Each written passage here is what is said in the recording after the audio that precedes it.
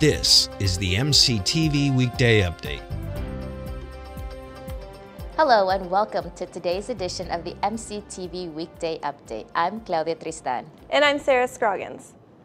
The Undergraduate Research Conference runs all this week. It kicked off Monday with a social media blast online, then a networking event yesterday. Starting today, more than 130 students are presenting their research through posters, papers, and oral presentations. Students compete over the quality of their research and how well they present in the Red Raider Ballroom at the Sub. Research comes from the physical sciences, the humanities, the social sciences, and business. This is the fourth year for the conference, and it all wraps up with the spring banquet on Thursday night. Former Red Raider football player Baron Batch visited Lubbock's annual arts festival at the Memorial Civic Center this month. Batch was the featured artist at the festival, where he displayed and sold his own paintings to the Lubbock community. Reporter Jose Rodriguez has your ticket. The 35th Annual Lubbock Arts Festival featured Baron Batch, a former Texas Tech football player, as its spotlight artist. Batch, now playing for the NFL's Pittsburgh Steelers, said painting, formerly a hidden talent, has made him a standout in the Steelers organization. Just about everybody knows now. I mean, they've done these stories on it. The NFL Network did a story on it. And now it's to the point where I've had coaches and teammates that have my stuff in their houses. So that's extremely neat. And just recently, Mr. Rooney, the owner of the Steelers, came and was asking about my art and wished me luck with the show. And I know when I get back up to Pittsburgh, he's going to know how it went. And I got to get him a print. Actually, an original. He's gonna be like, a print? Come on, man.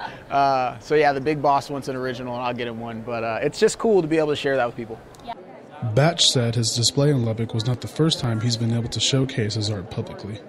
I did a charity show in Pittsburgh, benefiting the Cystic Fibrosis Foundation there, and that went extremely well. It was a lot smaller than this. There's probably a few hundred people, and this is thousands and thousands of people. But that went great, and this is the second time. But it's good. So I've only been at it for about a year, so I'm on track, and I'm excited about whenever my next show is. And while all of Batch's work is inspired by a personal story, he said faith tends to play a large role in the creative process of his work. For example, this one is The Day Drought Died. I did this piece just kind of, their inspiration behind it is obviously, the drought that's going on in West Texas right now. I knew people would relate with that, but going further than that, just talking about,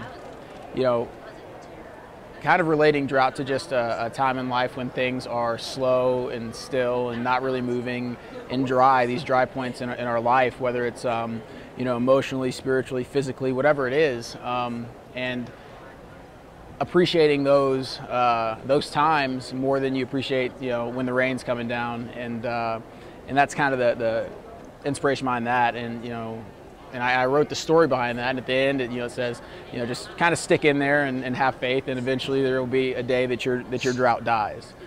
Reporting for MCTV, this is Jose Rodriguez. I don't know about you, Sarah, but I was not ready for the cold weather we had this morning. No, definitely not, especially since on Monday we were in the 90s. So let's take a look at the MCTV Live Tower Cam to see if it's still sunny outside. We're still a long way away from summer weather, but things should slowly warm up towards the end of the week. The high for today will be 64 degrees with a low of 39 and light winds. Then we'll have a slow warm up back to the mid-80s on Friday.